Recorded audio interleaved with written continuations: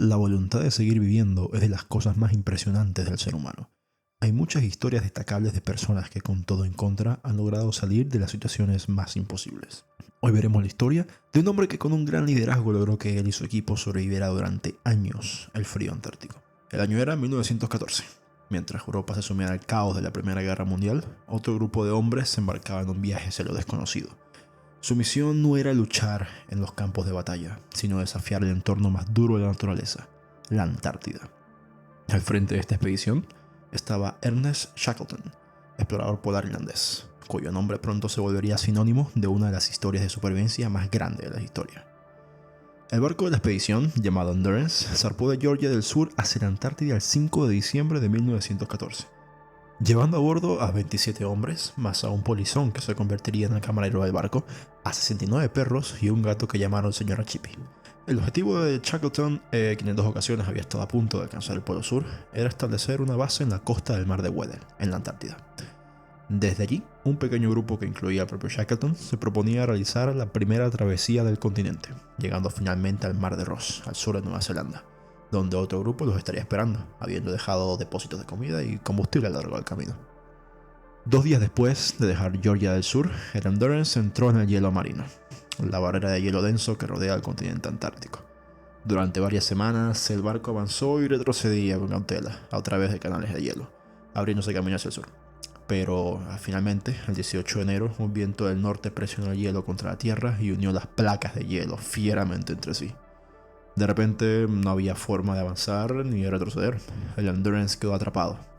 En palabras de uno de los tripulantes, Thomas Ord-Lees, congelado como una almendra en medio de una barra de chocolate. Habían estado a un día de navegación de su lugar de desembarco. Ahora la deriva del hielo les empujaba lentamente más lejos con cada día que pasaba.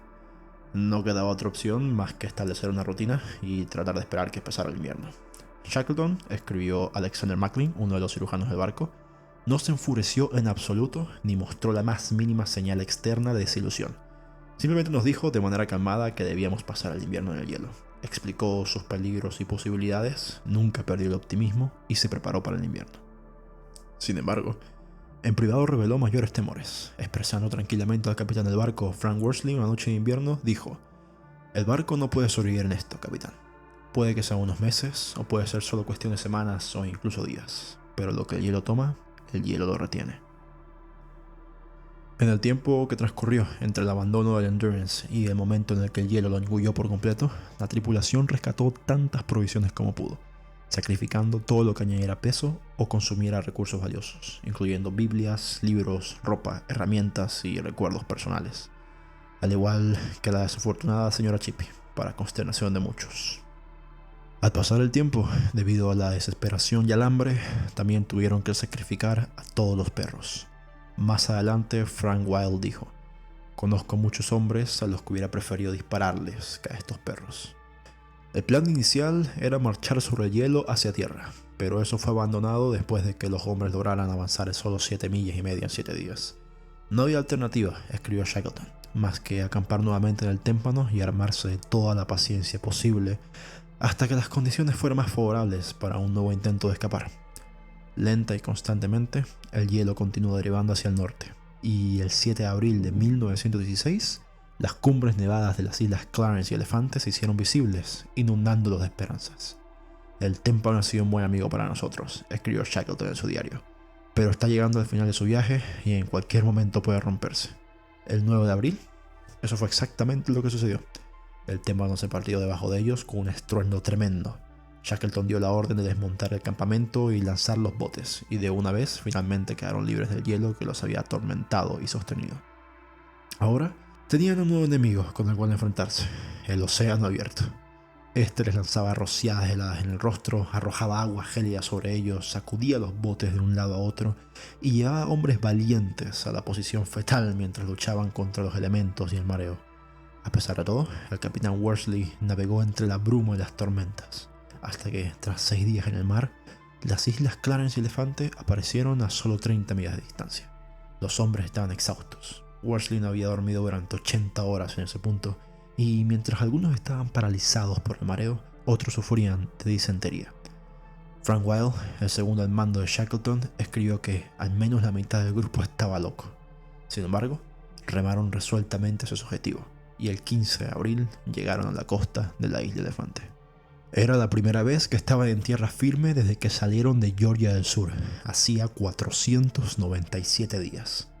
Pero su calvario aún estaba bastante lejos de haber terminado.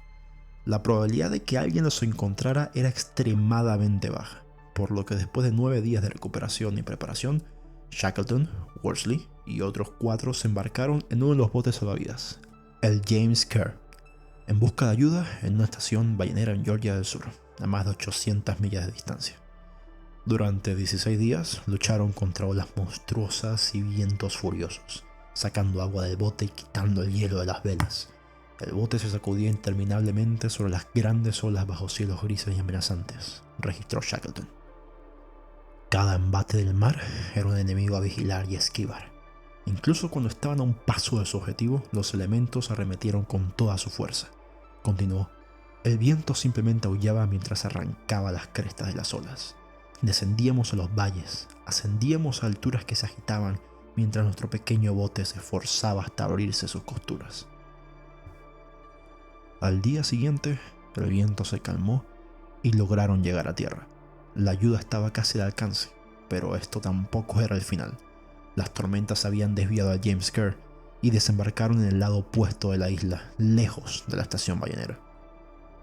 Así que Shackleton, Worsley y Tom Crean emprendieron el camino a pie para llegar hasta allí, escalando montañas y deslizándose por glaciares, abriendo un camino que ningún ser humano había cruzado antes, hasta que, tras 36 horas de desesperada caminata, llegaron tambaleándose a la estación en Stromness. No había ninguna circunstancia imaginable bajo la cual 3 desconocidos pudieran aparecer de la nada en la estación ballenera. Y sin embargo, ahí estaban. Sus cabellos y barbas enmarañados y sucios, sus rostros ennegrecidos por el hollín de las estufas de grasa y marcados por casi 2 años de estrés y privación. Un viejo ballenero noruego registró la escena cuando los 3 hombres se presentaron ante el gerente de la estación. El gerente dice: ¿Quién demonios son ustedes? Y el hombre terrible de la barba, en el centro de los 3, responde muy tranquilamente: Mi nombre es Shackleton. Yo me doy la vuelta y lloro. Una vez que se rescató a los otros 3 miembros del James Kerr, la atención se centró en rescatar a los 22 hombres que permanecían en la isla Elefante. Un arrastrero uruguayo, el Instituto de Pesca número 1, fue detenido por el hielo marino, con las cumbres de la isla Elefante frustrantemente a la vista. Con las reservas de carbón disminuyendo, se vieron obligados a regresar. La siguiente esperanza de Shackleton fue una goleta llamada Emma, que zarpaba de Punta Arenas, en Chile. Pero una combinación de mal tiempo y fallas en el motor frustró sus esperanzas una vez más. A través de un telegrama, Shackleton supo que el almirantazgo le ponía a disposición un barco reforzado para el hielo, irónicamente el Discovery, en el que había navegado por primera vez en la Antártida en 1901, pero no llegaría a las Malvinas hasta mediados de septiembre. Mientras tanto, le aconsejaron relajarse y esperar. Él caminaba de un lado a otro por la calle principal del puerto Stanley, frustrado. No podía conformarme con esperar 6 o 7 semanas, escribió, sabiendo que a 600 millas de distancia mis compañeros estaban en extrema necesidad. El 14 de agosto regresó a Punta Arenas y persuadió al gobierno chileno para que le prestaran el Yelcho, una embarcación naval de 150 toneladas que había tenido días mucho mejores. Incluso Shackleton, un eterno optimista, admitió que era totalmente inadecuada para trabajar en el hielo, pero prometió que no dejaría que tocara el hielo. Zarpó hacia el sur el 25 de agosto, consciente de que probablemente era la última oportunidad de llegar a sus hombres mientras aún estaban vivos. Durante los últimos 4 meses, el hambre constante fue solo una de las pruebas que los hombres en la isla Elefante tuvieron que soportar. Acampados en una pequeña cabaña que construyeron con rocas y cubrieron con 2 botes salvavidas volteados a modo de techo, llevaban la misma ropa que habían usado durante medio año. Estaban grasientos por despellejar focas para obtener carne y grasa para alimentar su rudimentaria estufa y lámparas, y sucios por el humo que llenaba su reducido espacio. La amenaza de congelación era constante. Percy Blackborough, inicialmente un polizón que fue ascendido a camarero, sufrió la amputación de 5 dedos del pie, una operación realizada por uno de los cirujanos, Alexander Maclean, usando instrumentos que utilizó en una olla de cocina colocada sobre un hornillo Primus. Rara vez el clima les daba un respiro de los vendavales y las tormentas de nieve. En las pocas ocasiones en las que las temperaturas permitían un deshielo leve, el suelo de la cabaña se inundaba con agua de deshielo proveniente de las colinas circundantes. Cuando las focas, pingüinos y otras aves marinas migraron al norte para el invierno, sus provisiones de comida bajaron tanto que los hombres buscaron percebes y algas y desenterraron viejas carcasas de comidas anteriores para cocerlas con agua de mar. A pesar de estas terribles condiciones, Frank Wilde, el segundo en mando de la expedición y ahora su líder designado, enrollaba su saco de dormir cada mañana diciendo: «Prepárense, muchachos, el jefe podría venir hoy». El 30 de agosto, George Marston y el fotógrafo Frank Hurley estaban sacando percebes en la playa cuando un barco apareció en el cabo. Apenas podían creer lo que veían. Corrieron a la cabaña y dieron la noticia a gritos, y todos dentro se precipitaron hacia la puerta. Blackborough, que aún no podía caminar, fue llevado afuera para que pudiera verlo también. Rápidamente encendieron una fogata, temiendo que el barco pasara de largo sin verlos. Pero la nave se acercó y pronto bajó un bote, en el que se veía claramente la figura de Shackleton. Cuando los vio, Shackleton gritó preguntando: «¿Todo bien?», a lo que Wilde respondió: «Todo a salvo, todo bien». Finalmente, la pesadilla se había acabado. Estos hombres eran capaces de volver a casa con sus familias y retomar sus vidas.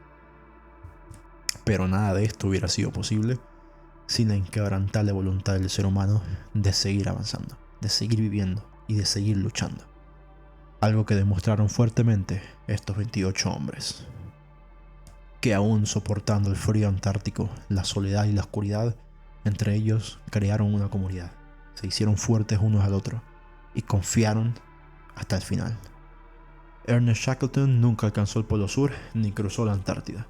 Emprendió una última expedición hacia la región antártica, pero los veteranos del Endurance que se unieron nuevamente a él notaron que parecía más débil, más inseguro, agotado del espíritu que alguna vez los mantuvo con vida.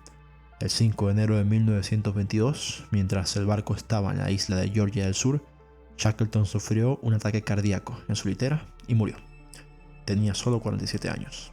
Tras su muerte, Wilde tomó el mando y llevó el barco hacia la Antártida, pero el esfuerzo fue en vano y después de un mes de intentos infructuosos para penetrar el hielo, Wilde puso rumbo hacia la isla Elefante. Desde la seguridad de la cubierta, él y sus compañeros observaron a través de los binoculares la playa donde tantos de ellos habían vivido entre el miedo y la esperanza.